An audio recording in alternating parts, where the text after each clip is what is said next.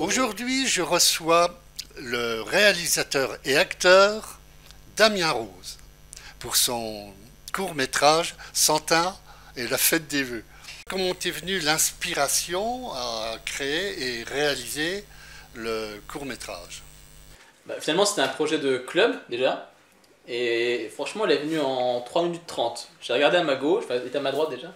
C'était Jean-Marie. Il avait une belle barbe, et on était en période de novembre. Je me suis dit, putain, c'est magnifique, c'est ça qu'il faudrait. Il nous faudrait un acteur avec une belle barbe et faire un beau film de Noël. Et franchement, l'idée de Noël, elle est venue directement, parce qu'à côté de moi, j'avais aussi Bernard, bon, qui n'a pas joué dans le film, mais qui est marchand et qui vend du miel sur les marchés de Noël. Enfin voilà. Et puis on était en novembre, à Montbéliard, où il y a le plus beau marché de Noël d'Europe, pratiquement. Et puis aussi, j'avais énormément envie de faire une comédie, pas de Noël, mais une comédie, un film avec Jean-Marie Bressan. J'adore ces films depuis longtemps, et du coup, l'idée de faire un film de Noël est venue très rapidement.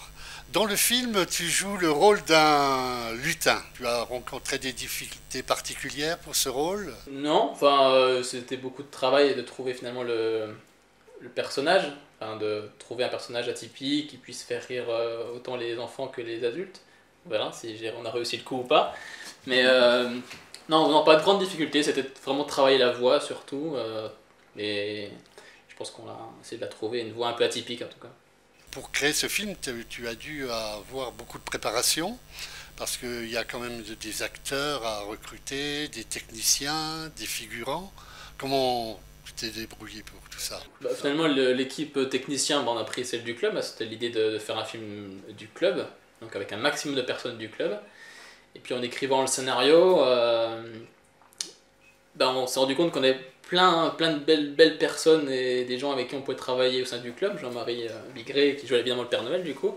Jean-Marie Bressan, on parlera de son rôle, c'est un grand-père qui va voyager à travers le temps. Et puis là, en écrivant, je me suis rendu compte qu'il me fallait un enfant et une jeune femme. L'enfant, j'avais travaillé avec lui sur un dernier film, un film juste avant, il était exceptionnel et je voulais retravailler avec lui, donc ça tombait bien. Jean-Marie Bigret, quel rôle joues-tu exactement dans ce court-métrage? Lutin, ça se voit du coup. Le rôle qui coulait de source, c'est-à-dire le rôle du Père Noël, de Santa. C'est compliqué, il faut des artifices particuliers. Comment tu as fait la barbe? J'ai juste laissé pousser, parce que j'ai l'avantage d'être modèle barbe pour une jeune apprentie. Donc elle s'amuse avec ma tête. Du coup, quand tu m'as dit les difficultés, c'est vrai que j'ai pas pensé, les difficultés qu'on a rencontrées, c'était de lui faire apprendre le texte. Parce qu'il avait pas mal de textes quand même. Et du coup, on a eu une idée de travailler à distance à un moment donné où je t'envoyais les répliques. Enfin, il a travaillé vraiment énormément. C'était son premier film, il faut le dire. Oui. Son premier film, il a travaillé de manière exceptionnelle, à distance, et sur le plateau, il savait son texte parfaitement pour quelqu'un qui n'a pas de mémoire. C'est quand même assez exceptionnel. Jean-Marie Bressan, et toi alors, quel rôle tu jouais? Moi c'est tout simple, je jouais le rôle d'un grand-père qui se promène à travers le temps. Alors au début quand Damien m'a donné le scénario et puis les répliques, j'avoue que j'ai eu du mal à rentrer dedans parce que j'avais pas bien saisi le ton qu'il fallait que je donne aux répliques. Et puis bon, Damien a bien su me faire comprendre le ton qu'il fallait que je donne, et après il ne restait plus qu'à apprendre le texte. Justement, en parlant de Damien, c'est un réalisateur intransigeant, précis, ou est-ce qu'il vous laisse un peu une part de liberté? Les gars, faites gaffe à ce que vous dites.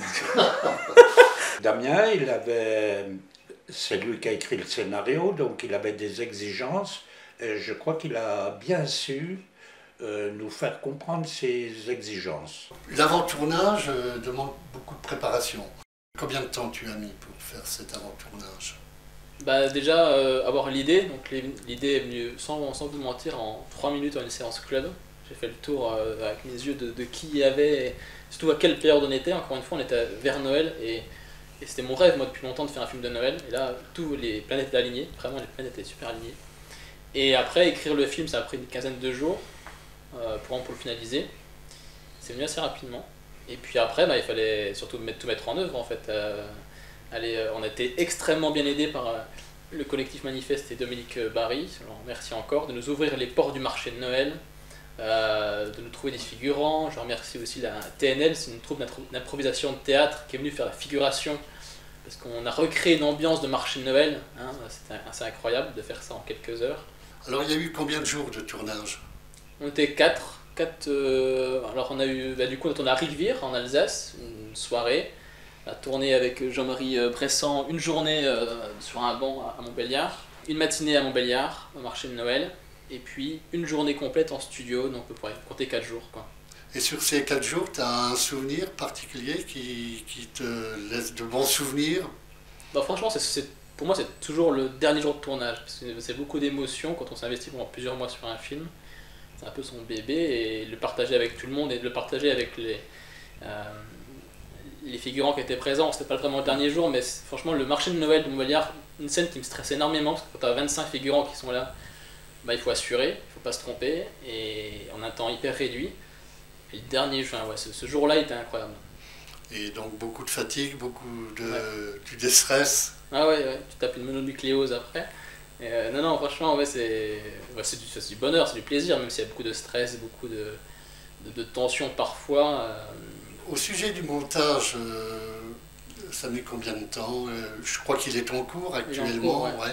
Et ça prend du entre temps, 3 et 4 mois à peu près. 3 et 4 mois, ouais. On travaille un peu tous les jours Il y a des périodes où on est inspiré, on travaille toute une nuit, puis on avance beaucoup, et puis des fois il y a des problèmes, donc on prend un peu plus de temps, c'est un travail d'équipe aussi. Donc voilà, et puis après c'est comme l'écriture, hein. On réinvente le film au montage. Hein. Donc il faut trouver les bruitages, il faut trouver l'ambiance sonore, il faut trouver plein de choses pour rendre le film vivant. Donc on prend le temps de créer. Et après on a aussi beaucoup d'effets spéciaux dans le film. Donc ça prend du temps, on travaille avec un super jeune Jules que je salue, qui est très bon, qui a 17 ans, qui est ultra créatif et qui est très bon, donc tout ça prend beaucoup de temps. Ouais. Une fois le montage terminé, j'espère qu'on aura la chance de pouvoir visionner le film. Non, c'est que pour moi, du coup. Ah oui. Je garde pour moi parce que c'est pour... déjà c'est un film club, donc on va déjà le projeter au sein du club, avec les membres. Et prendre du plaisir sur une soirée ensemble, à rigoler, j'espère. Oui. Et puis après, sûrement. Et puis après oui, on va essayer de le faire comme on le fait tous les ans, depuis pas très longtemps, mais faire une projection au Colisée. On fait des projections de courts-métrages chaque année, on essaie de faire chaque année. Et on va essayer de le faire cette année. Donc c'était l'idée, de le projeter au cinéma au Colisée. Et puis après, évidemment, si ça marche bien, si on voit que la sauce prend auprès du public, on le diffusera dans un maximum de festivals de courts-métrages en France, à l'étranger. On saura faire.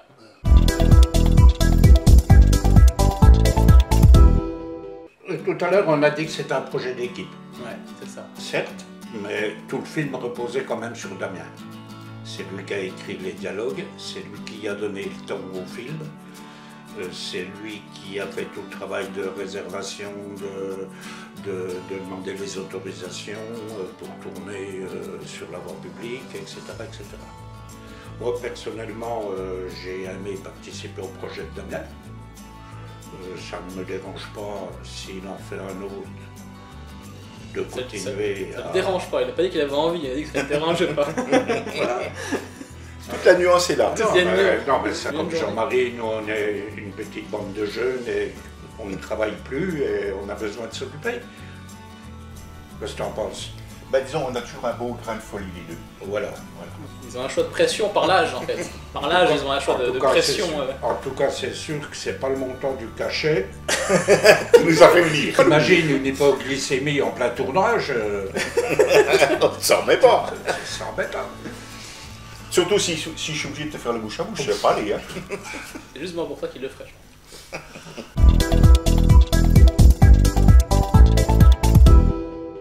Alors, pour finir, Damien, comme tu as déjà réalisé plusieurs films avant, est-ce que tu as des projets en cours actuellement? Oui, j'ai un projet qui a mis du temps à se mettre en route parce que j'ai des soucis de financement sur un gros long métrage. Je suis en train de le réécrire actuellement. Mais voilà, on avance avec surtout ce projet-là qui est important pour moi. Ouais. Eh bien, merci à tous, merci Damien et merci les Jean-Marie pour votre participation à cette interview. Merci à vous. Merci. Ouais, C'était très bien. Tout le plaisir était pour nous. Eh bien, je souhaite beaucoup de succès pour le court-métrage Santa et la fête des vœux, et aussi à tous les projets futurs de Damien et de ses épatants acteurs.